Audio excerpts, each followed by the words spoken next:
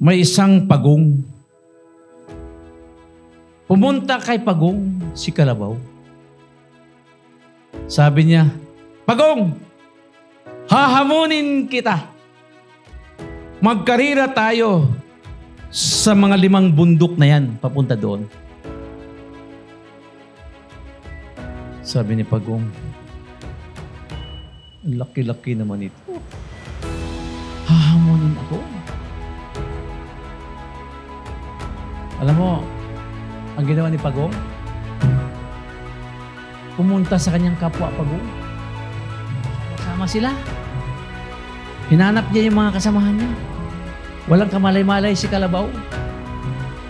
Sige, kita tayo bukas. Karera. Sabi ng Pagong. Pero ang ginawa ni Pagong, miniting niya ang kanyang mga kapwa Pagong. Sabi ng Pagong na hinamon.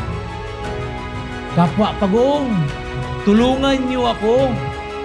Hinamon ako na walang hiyang Kalabaw na yan. Hinamon niya akong karera, kalaki-laki niya. So ang ginawa ng Pagong, itong gawin natin, kapwa Pagong. Bukas ng umaga, pwesto ka dyan. Ikaw naman, isang Pagong, pwesto ka doon. Ikaw naman, isang Pagong, doon ka. Hanggang ang mga Pagong nakapwesto. Kinabukasan, dumating si Kalabaw. Ngiti-ngiti si Kalabaw, yabang.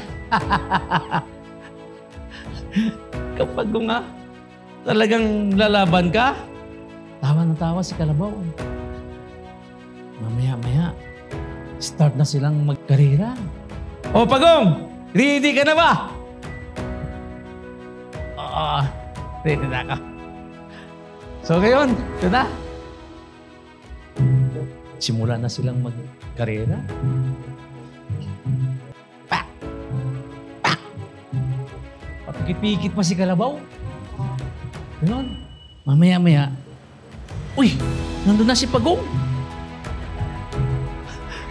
Hingal na hingal si Kalabaw.